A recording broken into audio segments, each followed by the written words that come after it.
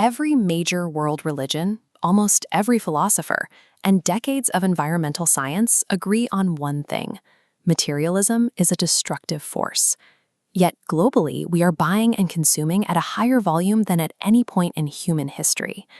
If human society universally agrees that endless consumption is a bad idea, how do we continually convince ourselves to keep swiping our cards? Sociologists look at mental narratives called accounts, stories we tell to bridge the gap between what we believe is moral and how we actually behave. These psychological loopholes fall into two categories. Justifications redefine bad behavior as positive. Excuses deflect blame externally.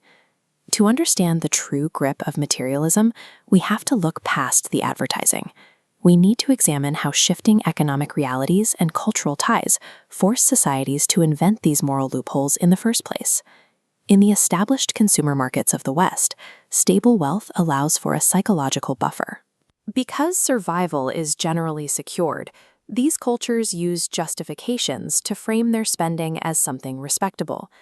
In Western Europe, this takes the form of joyous connoisseurship.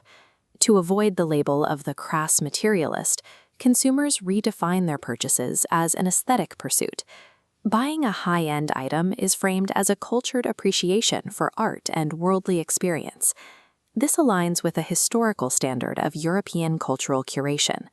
Wealth is validated when it is controlled, refined, and directed toward aesthetic perfection. Across the Atlantic, the American narrative looks very different. Driven by a deeply ingrained work ethic, Americans rely on instrumentalism. Here, consumption is a pragmatic tool for independence. Buying a bigger house or a better car is framed as the natural, earned reward for hard work. Both Western models succeed at the exact-same goal. They disguise high-volume spending as a morally good act by anchoring it to deeply held cultural ideals. The dynamic shifts in an economy caught in rapid transition.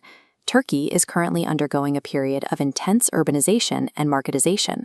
Traditionally, Turkish society relies on a collectivist moral loophole: altruism and sociality. Historically, the accumulation of wealth is deemed morally acceptable here only if that wealth is actively shared with family and the community.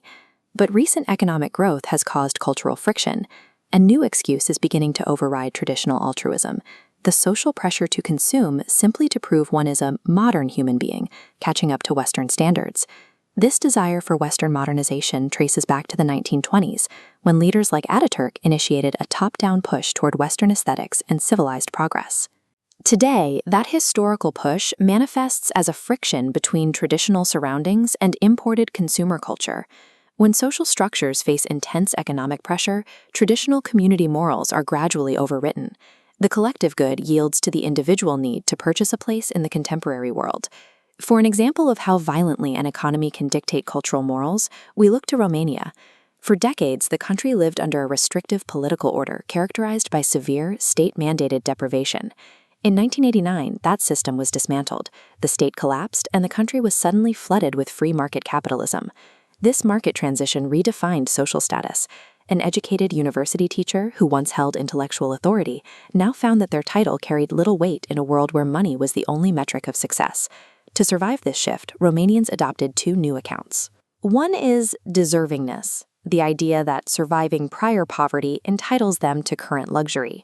The other is external forces, blaming the overwhelming pressure of the new, aggressive market environment. Modern Bucharest functions through this consumption fever. It is woven into the architecture of the city, from the prominent bank buildings to the fashion billboards dominating the street. When a nation's economy flips overnight, cultural idealism becomes a luxury. Intense materialism becomes the baseline requirement for basic social survival. Materialism isn't an American virus that destroys local cultures from the outside. Materialism thrives because it adopts the local moral code.